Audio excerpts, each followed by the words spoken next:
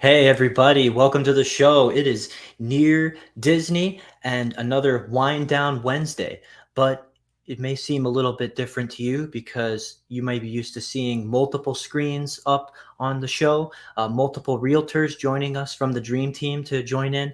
Well, Kim Hawk, the fairy godmother of real estate, and Virginia Cinderelli were busy tonight with some other engagements, so they've just kind of left it up to me to bring you our quality content for Wind Down Wednesday. But I got to tell you, even I'm drinking LaCroix. I don't even have wine. But I think that, you know what they say about adult beverages, don't drink alone. So I think that I'm going to take that advice and just sit with you without one of those. But we're going to stay on brand, not with the wine, but with the Disney at least, because we're going to bring you all of the quality content of real estate within a 25-mile radius of Cinderella's castle. And, Kim, the fairy godmother of real estate, has given me her nickname, the Prince of Real Estate. So I just thought maybe let's bring up the cavalcade of Disney princes here. And we always invite content, commentary, engagement from the audience. Who do you like up here? Who's your favorite? Whose kingdom would you want to have real estate in? They've got the whole lineup here, but I think that DisneyFandom.com has kind of slanted the deck a bit. They got Prince Philip really at the front, like looking the most heroic, looking the largest. He's on his steed. I think it's a little biased there, but yeah, just so yeah, if you got a favorite Disney prince, let me know. Kim calls me the Prince of Real Estate. So the point of Wind Down Wednesdays is we usually gather together and just give a chat about how's the market, share what's going on with real estate, and giving some interest stories for the Orlando area. And Virginia Cinderelli, who couldn't be here tonight, wanted me to share a really interesting article. She is always the one who wants to bring the the public interest stories. So she loves to start the show off with the fun stuff, and I agree. So we've got an interesting article here. The historic home of Thomas Edison's son is now for sale in Winter Park. And that is so crazy that my context of history is like Thomas Edison just feels like history from way back, and his son was living it up in Winter Park, Florida. So let's just check it out here because I think they've got some really cool pictures of that historic home for you too. Home with some real history and provenance for sale in Orlando's area. Winter Park's concerned, there doesn't come much more rooted in the past than the home of Thomas Edison's youngest son along Lake Sylvian, a historic farmhouse. So comes with some pedigree. Ted and Ann Edison. I didn't know that Tom's had a son named Ted. Been off the market for 3 decades. So this is a real chance to check in. I want to see how updated it is in that time, if at all. I don't know if they update historical homes. It won in that time. It won Home and Garden's top prize for the state's best home. Oh my God! So I feel like if it's gotta really have some pizzazz if it's winning prizes. 1880s home. Okay, so I just feel like if you're Thomas Edison's son and you're going to like a Home and Gardens prize show, or if they're doing that kind of Christmas lights contest that they have, if you're Thomas Edison's son, you gotta have the Christmas lights, right? I mean, like you gotta be bringing the bulbs because you've got your father's reputation to carry. Okay, so it's been lovingly restored with an eye toward history and another eye toward livability. So they know that it's got to, if it's on the market and they want new people to live in it, it's got to be for sale. Comfortable 3-bedroom house hasn't ripped out the heart of what made it interesting. Original details like pine floors, cast iron bathtubs, sleeping porches have all been refurbished. So it's been opened up slightly without falling victim to the trend of turning old, interesting homes into open concept Franken homes. It's going for 1.2 million. Well, we know people love open floor plans these days. So let's check it out. 1.2 million, Thomas Edison's son's house. Okay, it's got some pavers, and oh, that looks awesome. I would. That's gonna fly off the market, I think. That's especially in this. It's got some front yard. It's got a porch swing. It's got electric light. I can see, going on in the front there. Yeah, okay. So let's get a two-car garage. Nice porch. All right, let's see what he's doing inside it. Wrap around. He's got a hammock. Okay. Oh wow, this looks more contemporary conscious than I even. Yeah, I mean, look at that. That's an awesome kitchen. Plenty of lights under the cabinet lights for the Edisons. That's right. I've got to have those light bulbs. Maybe not so incandescent, but oh, I love these treatments on the windows for the cabinetry. Love that glass. So yeah, Thomas Edison's son's home. And it says, okay, it's got some wallpaper. That's how it keeps it a little bit historic. But wallpaper is starting to come back. I've been seeing some articles and I've been seeing some people talking. Like, how gold is starting to be more hip. We all saw everything silver for a while. Maybe we could do another video in the future highlighting some of the wallpaper trends, because I think that I've been hearing that people are not totally repelled by wallpaper so much. So, okay, that's interesting. It looks like a fun place to oh, wow. Now these some bright red walls. Okay. Thomas Edison's son's home on the market in Winter Park. And that is one that if you have any interest in it, we'd love to work with you, because our phone numbers, we usually leave them here for you on the stream. They really ring us. We invite you to actually come to us for your real estate needs. We want to take care of you. Okay, so I'm going to bring up the next article here, real estate related. And I thought that this was kind of a cool one to come in tandem with Thomas Edison as a historical home.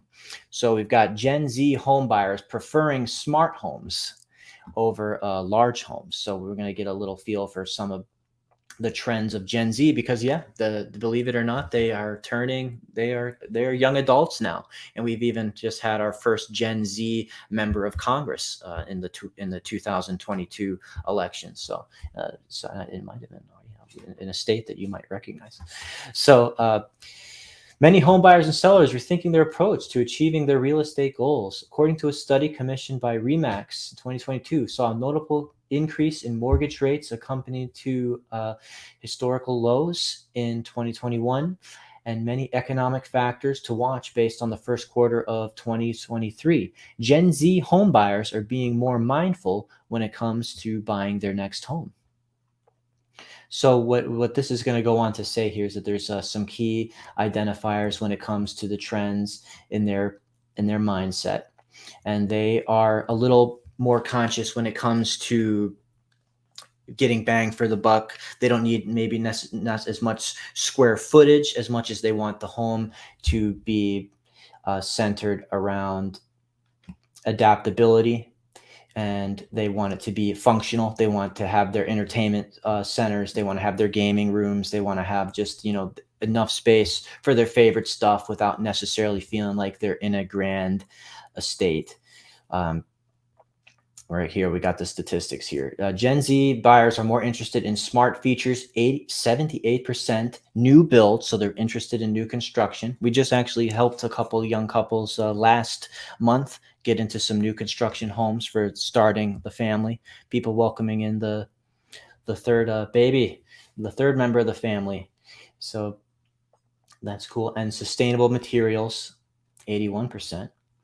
Vibrant local communities are an important factor for younger generations. 77% of Gen Z saying that they consider this when looking for a home to purchase. So downtown areas, they just love these cute little places that have shops, boutique, farmers market, art festivals, stuff going on, walkability. That is all very hip.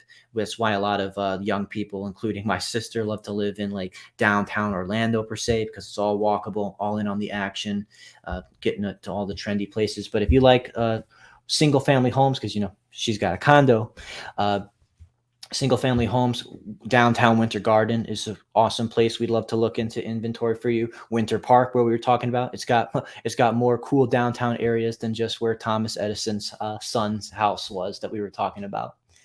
And 64% of U.S. buyers say renovation potential is an important factor when looking to buy a home, compared to 45% just a few years ago. So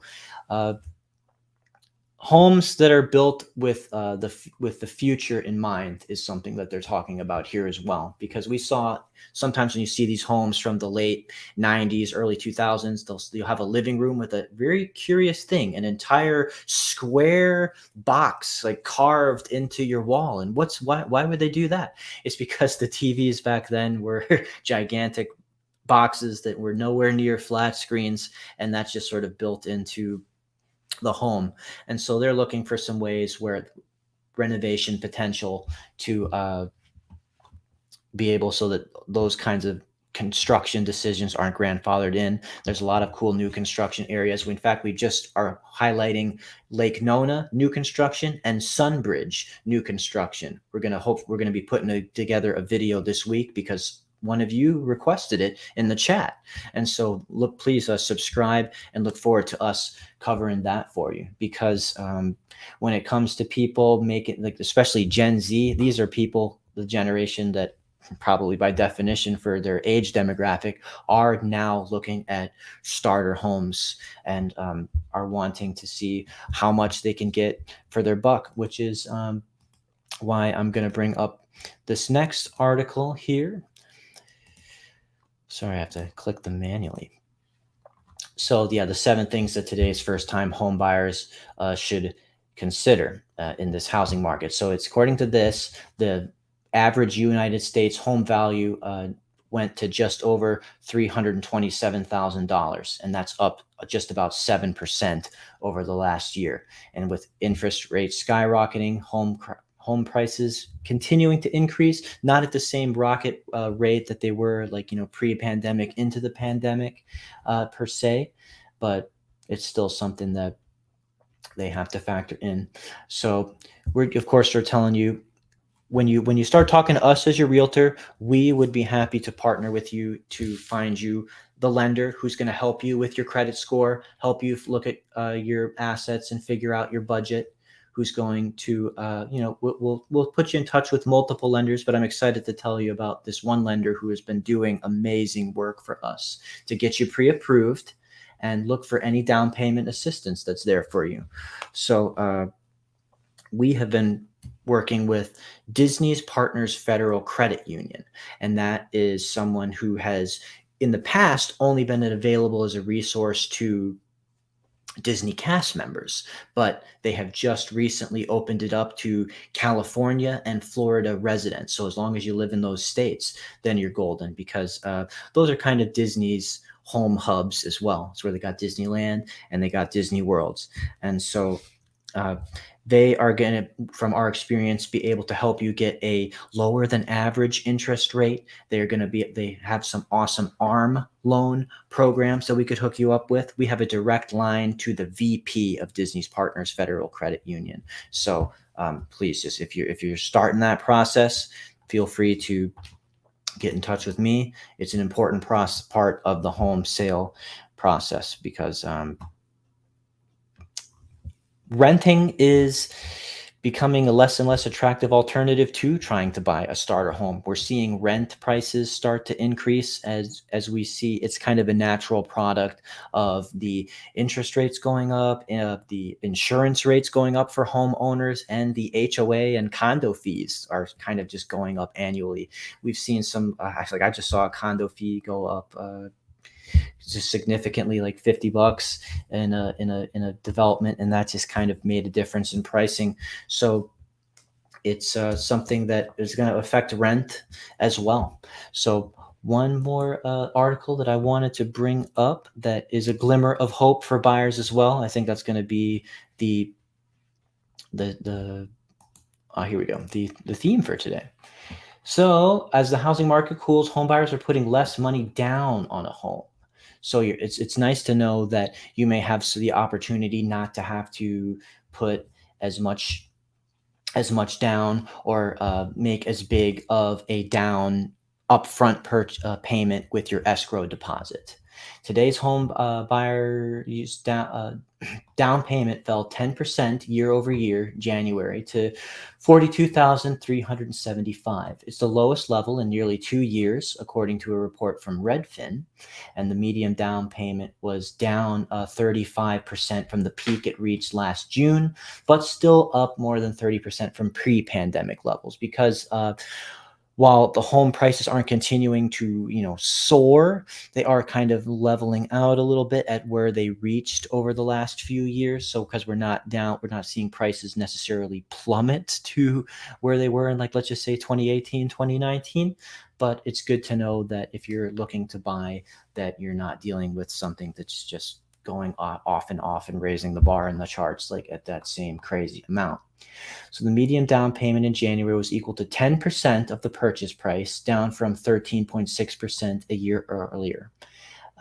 So sometimes when we were in that highly competitive market where there was like bidding wars going on and you were trying to find a way to compete, but you didn't necessarily want to compete by raising the offer price super high, either because you maybe couldn't afford to, or you just didn't want to overpay, just because inventory was kind of low. We oftentimes in the real estate business talk about cash or terms, and down payment and escrow deposit are usually some of the terms that we use as, real estate experts to advise you on as a way to negotiate.